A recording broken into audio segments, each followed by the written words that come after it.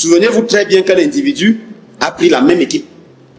Un individu a pris la même équipe, elle était première de sa poule, et l'individu en question a réussi à faire éliminer cette équipe-là du mondial.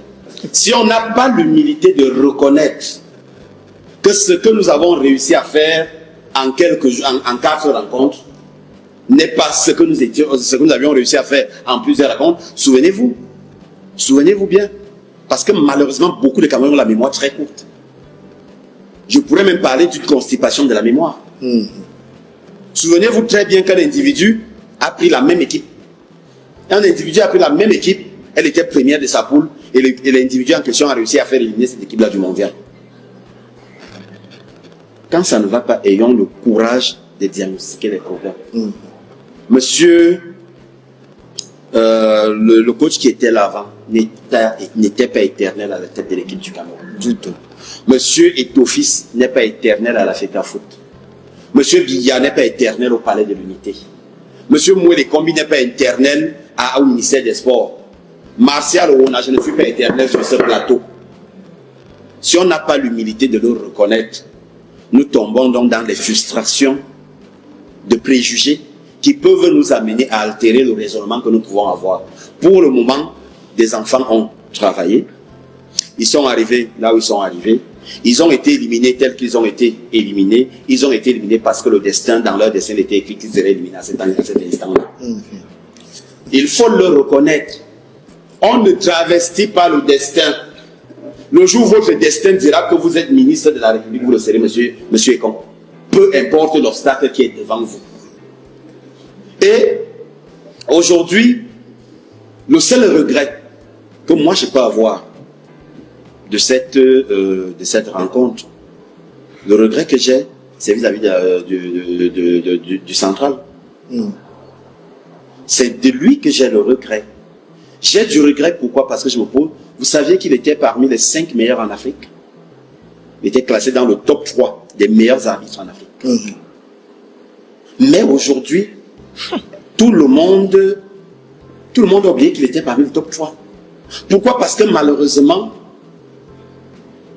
dans l'embarras et dans autres, il y a eu des choses qu'il a eu à des décisions qu'il a eu à prendre qui peuvent plaire, bien déplaire à un camp comme dans l'autre. Mais je voudrais vous rappeler une chose. Au-delà des aigreurs que je voudrais demander aux uns aux autres de mettre de côté, je voudrais vous rappeler quelque chose. C'était moi une seule compétition, le pays organisateur est sorti au premier tour. Ok. Que tu aies beaucoup de chance dans ta vie. Hein? Ça fait plaisir. Bon. Et ton fils? Ouais, portez-vous bien. La légende. Ok, tu verras ça sur ma page tout à l'heure. Vraiment, c'est bien. Les amis, bonjour. J'espère que vous allez bien. Premier tour de partage. Je vous ai présenté là ce journaliste qui était en train de défendre bec et ongle les Lions indomptables lors de l'expédition du côté du Maroc. Ils défendaient leur bilan et également je vous ai présenté un bref aperçu de cette rencontre entre Samuel Eto'o et cette petite fan du côté du Maroc. C'était joli à voir en tout cas.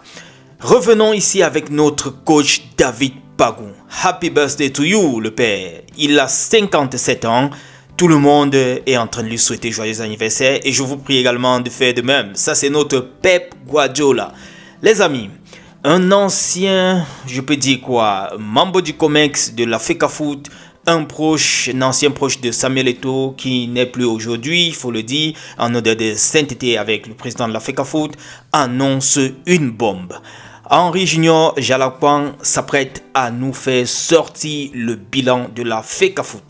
Il nous dit sur sa page Facebook, chers membres, dans les prochains jours, en tant que citoyen camerounais, passionné de sport et fort de mon expérience en tant que vice-président de la FECAFOOT, j'aborderai un sujet très sensible que vous évitez tous. 2 points. Une analyse détaillée du bilan sportif, administratif et financier de la FECAFOOT après un mandat complet, entre parenthèses 4 ans, de votre pasteur. Comme la plupart d'entre vous ne savent pas présenter leurs arguments de manière objective et argumentée sans s'emporter, ce qui conduit souvent à des insultes et des attaques personnelles. Je vous conseille d'utiliser vos faux profils pour insulter car toute insulte ou attaque personnelle sera neutralisée avec la même énergie. Je vous souhaite une excellente semaine. Ça, c'est un post de Henri Djalaquan qui, voilà, il y a de cela quelques années, n'est plus trop en parfaite harmonie ou bien en honnête sainteté, autant pour moi, avec Samuel Eto'o-Fils. Il nous annonce donc son bilan à lui avec des détails. Les amis, j'ai juste une question. Why now? Pourquoi seulement maintenant, après la Coupe d'Afrique, après l'élimination des Lions indomptables de la Coupe d'Afrique des Nations au Maroc? Je me souviens qu'il y a de cela quelques temps, il disait que Samuel Eto'o avait pris l'une des belles décisions, something like this, je paraphrase les amis, parlant de la nomination de David Pagou. Bon, maintenant, il dit qu'il revient avec ce bilan. Bref, attendons de voir. Je préfère ne pas moi juger et je préfère attendre.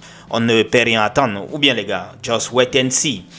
Parlons de cette bonne nouvelle du côté de Carlos Baleba, suivi par le Bayern de Munich, Manchester United, Liverpool FC. On nous annonce comme ça là que Carlos Baleba serait sur le viseur, je dirais ça plutôt comme ça, du Real de Madrid aussi, et que voilà, il serait en train de juger 75 millions de livres sterling too much pour pouvoir obtenir les services de Carlos Baleba, puisque ce serait, selon plusieurs sources, ce qu'aurait demandé Brighton pour pouvoir libérer le milieu de terrain camerounais. Donc, en plus de Liverpool, Bayern Munich et tous ces gros clubs Liverpool, maintenant nous avons le Real qui est aussi dans le pipeline. Bref, je te souhaite bonne chance mon ami, tu le mérites bien, continue toujours de travailler, je crois que tu fais partie des meilleurs de ce monde. Les amis, le Nigeria était face à la presse dans le cadre, n'est-ce pas, de la conférence de presse d'avant-match.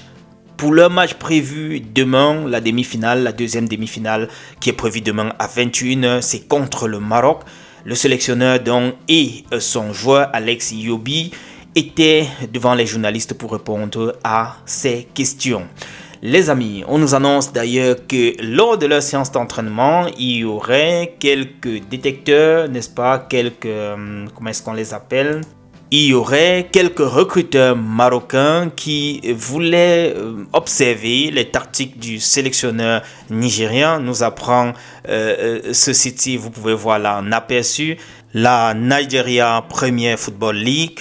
On nous fait savoir donc qu'ils sont là pour rôder. Question de pouvoir voir les tactiques du Nigeria.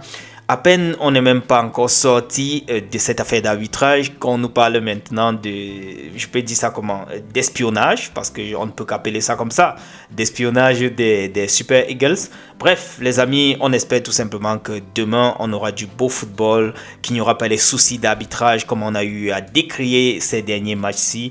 Et qu'il y aura aussi assez de supporters qui viendront peut-être battre le record que nous on a dressé lors du match Cameroun contre le Maroc. Parce que selon un certain classement, vous voyez ce que nous a posté Allez les Lions, nous sommes en tête en termes de classement de match qui a drainé le plus d'affluence lors de cette CAN, avec plus de 64 000 et plus de supporters qui étaient au stade. Les amis, je termine avec cette image de Olivier Kemen qui aussi, comme les autres Lions, est déjà retourné en club et qui a d'ailleurs commencé les entraînements. Que dire de Serge Beno qui a déjà pêché son maillot des Lions indomptables? Les amis, retrouvons-nous dans un autre tour. D'ici là, portez-vous bien. Ciao.